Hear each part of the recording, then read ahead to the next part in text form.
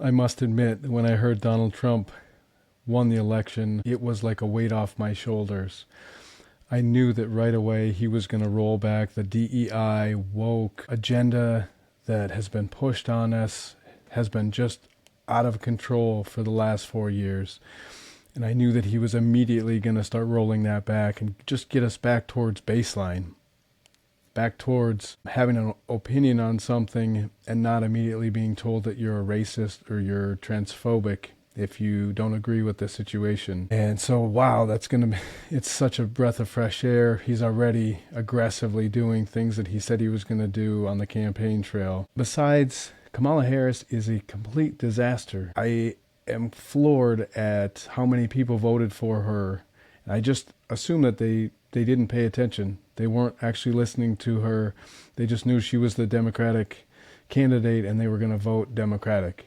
But if they listened to her, they would realize that she can't string two sentences together. She can't make a point. She doesn't have an opinion. The only opinion she presented was, I am a person of color. I am a woman. I am your Democratic candidate, and I expect to be voted in as the next president of the United States.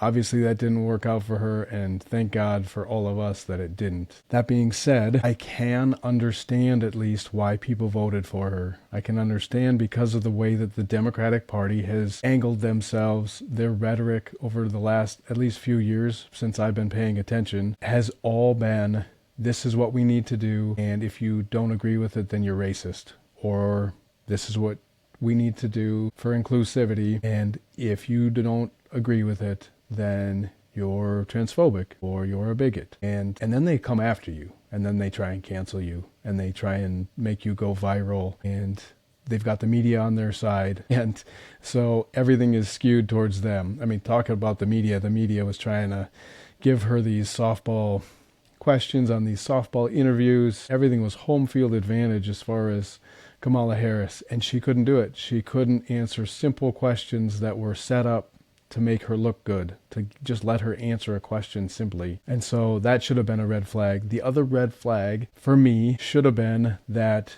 there was nothing positive that was ever said about that administration that I remember, that I recall in any of my communications with people who are on the left. Nothing was positive about what they were doing. It was all negative about Trump, negative about Republicans, negative about the right. What the right does is bad, and that's it. That was negative. Not look at what this administration, look at what Biden and Harris are doing that's so positive and making everything so good.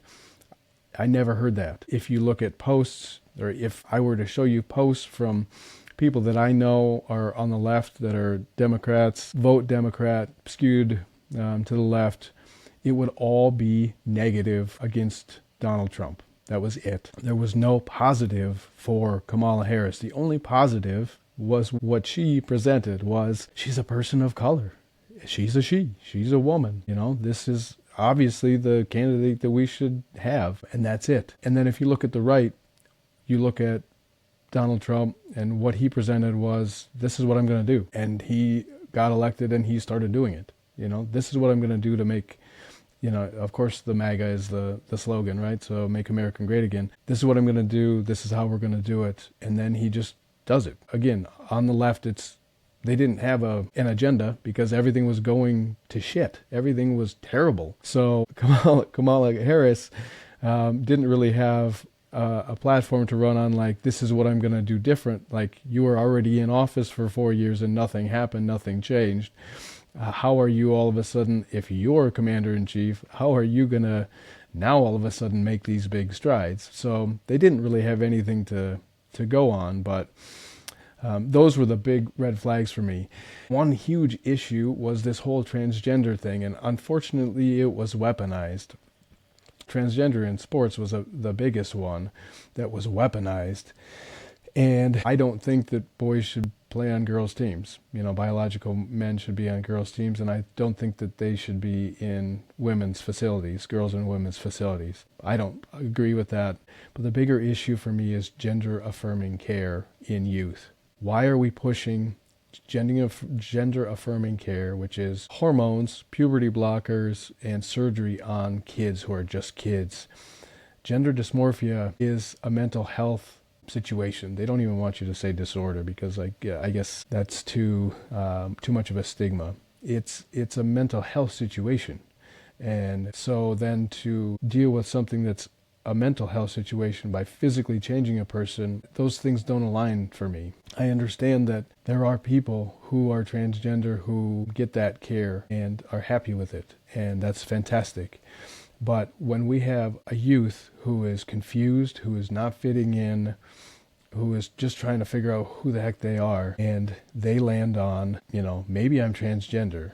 And I think that that's an appropriate statement for me to say is a maybe, because they don't know. I don't feel like they know who they are. I feel like a lot of these kids don't fit in and don't feel like they fit in anywhere else. And they land on transgender. And it's, a bigger conversation now because of social media and the internet when somebody's not fitting in, a child, and they can see people who are popular, who are put up on a pedestal, who also weren't fitting in, and they are now transgender. You can see how easily they could latch on to something like that, latch on to that as maybe I can fit in here. And that's fine. Like, that's what kids need to do, is they're looking for who they are. They're trying to figure out, more simply, what sports they want to play.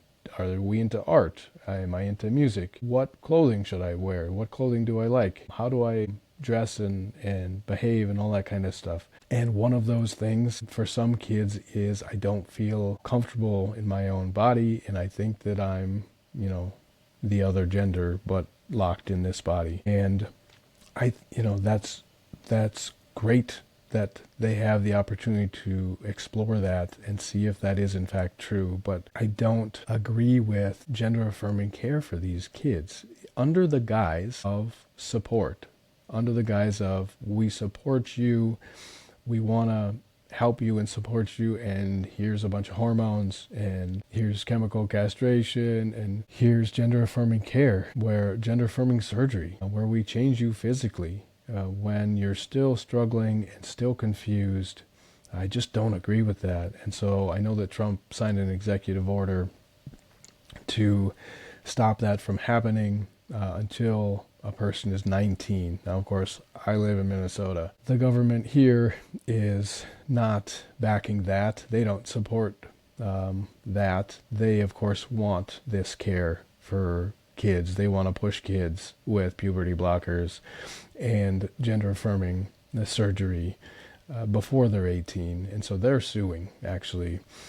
And that's unfortunate, because I think it's a common sense that that you should let these kids figure out who they really are, become adults, and then they can make the adult decision as to what they want to do. That is supporting the trans community.